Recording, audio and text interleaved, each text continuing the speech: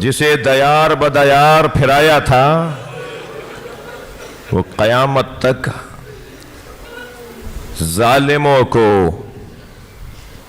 دشنام اور ظلم کو بدنام کر گئی۔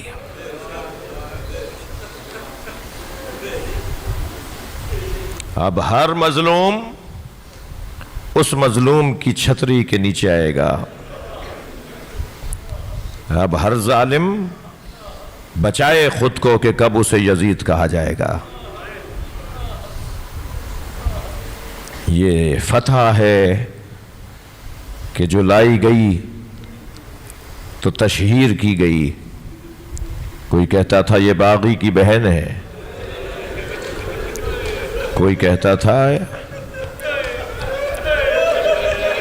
یہ علی کی بیٹی زینب ہے۔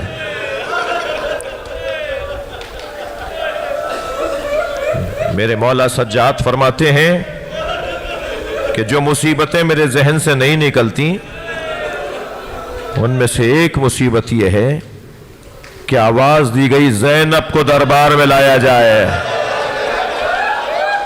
اجرکم اللہ، اجرکم اللہ۔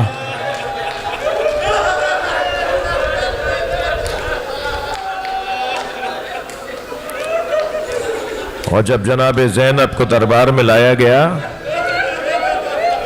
تو وہاں کھڑا کیا گیا۔ امام کے جملے ہیں یہ، امام سجاد کے جملے ہیں۔ وہاں کھڑا کیا گیا جہاں بیچے جانے والے غلاموں کو کھڑا کیا۔ اجرکم اللہ، اجرکم اللہ۔ آپ کی آوازیں بلند ہیں۔ جب بلند آواز سے گریہ ہوتا ہے نا، خاص دعائیں ملتی ہیں ائمہ اہل بیت کی طرف سے۔ تکلف کر کے نہیں رویا کریں، اپنی آوازوں کو آزاد کریں گے۔ میرے مولا سجاد فرماتے ہیں ہمیں وہاں کھڑا کیا گیا جہاں بیچے جانے والے غلاموں کو کھڑا کیا جاتا۔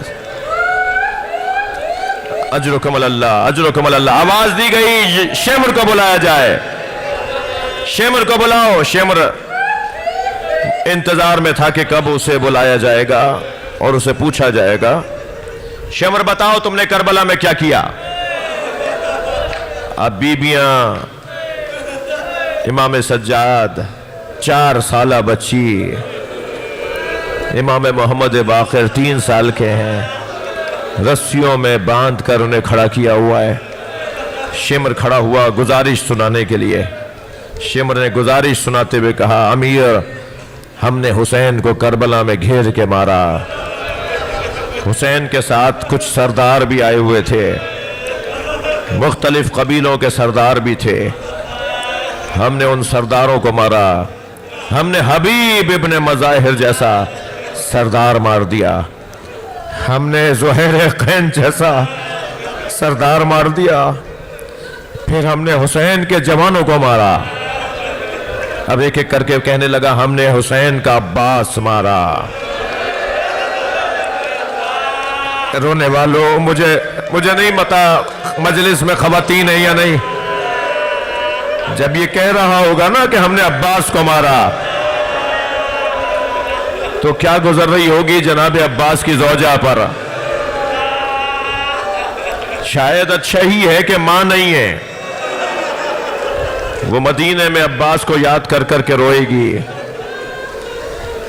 ہم نے علی اکبر کو مارا۔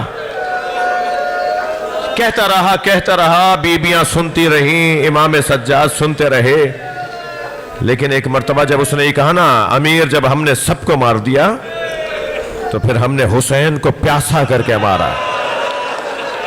بس جیسے ہی اس نے کہا نا کہ ہم نے حسین کو پیاسا کر کے، تو بیبیوں کے حلقے سے جناب زینب کی آواز آئی اسکت ایھا الکاذب ابن الکاذب، خاموش جھوٹے اور جھوٹے کی اولاد۔ سب مڑ کر دیکھنے لگے، کہنے لگے کون ہے یہ، کس نے کہا ہے؟ کہ یہ حسین کی بہن زینب ہے۔ آوازیں آنے لگی زینب کو بولنے کا موقع دیا جائے۔ جناب زینب کو باہر لانے کے لیے سپاہی بڑھے۔ جناب فضہ سامنے کھڑی ہو گئی۔ میں نے اس کی ماں سے وعدہ کیا تھا خبردار زینب میں تمہارے حوالے نہیں کروں گی۔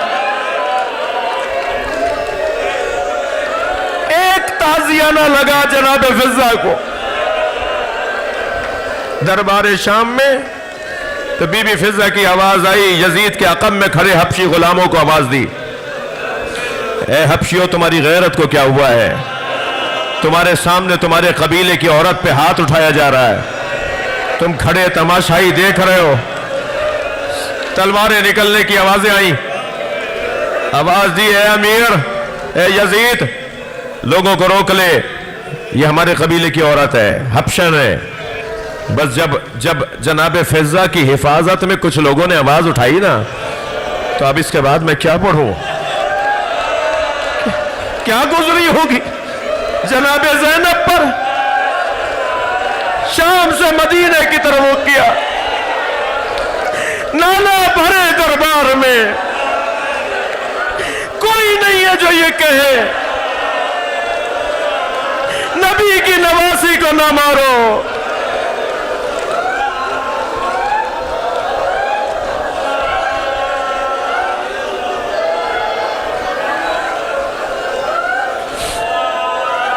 اجرکم اللہ، حوصلہ کر کے روئیں، حوصلہ کر کے۔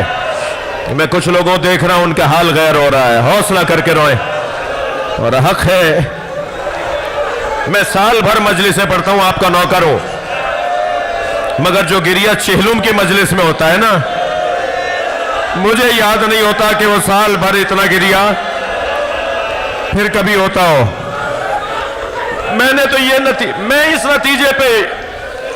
نتیجے پہ پہنچا ہوں کہ چہلم کی مجلسوں میں گریہ اس لیے زیادہ ہوتا ہے کہ یہ پہلی مجلس ہے جس میں زینب کھل کے روئی ہے۔ یہ پہلی مجلس ہے جس میں بی بی رباب کھل کے روئی ہے۔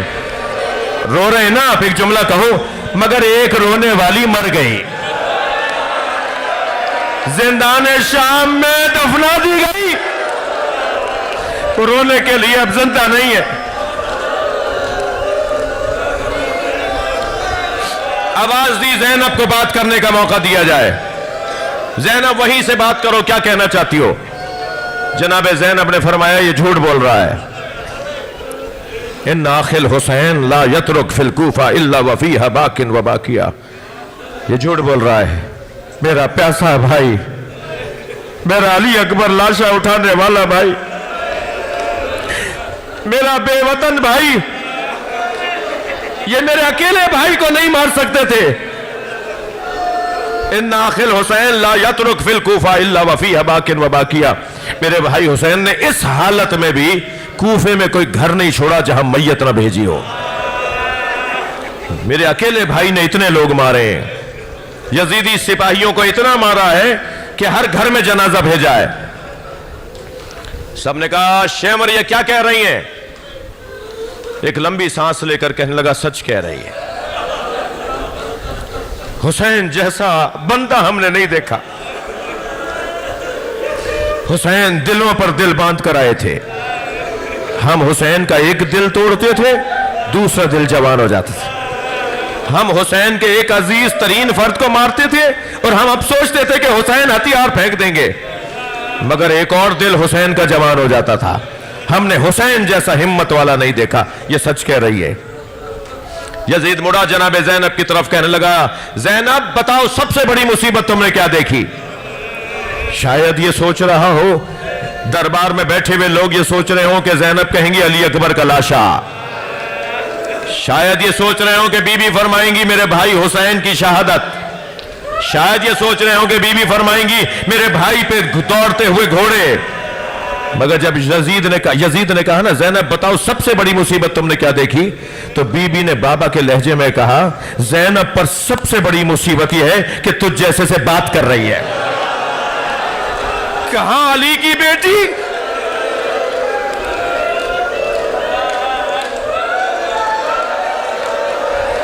اجر و کمال اللہ، گریہ ہو گیا، مجلس ہو گئی۔ شام کا زندان جس کی چھت نہیں تھی، امام سجاد فرماتے ہیں رات میں اوس پڑتی تھی دن میں دھوپ، بیویوں کے چہرے بدل کے رہ گئے تھے، چہرے کملا گئے تھے، چھوٹے چھوٹے بچوں کے حال غیر ہو گئے تھے، اے منحال تو مجھ سے پوچھتا ہے کہ میں ضعیف کیسے, بڑھاپا کیسا, میرے بال سفید کیوں ہو گئے, تو مجھ سے یہ پوچھ رہا ہے. بہن کے جنازے نے بوڑھا کر دیا, میں نے ننھا سا جنازہ قبر کے حوالے کیا زندان شام میں. اجرکم علی اللہ. شام کا زندان, اہل بیت کی مصیبتوں کا بیان.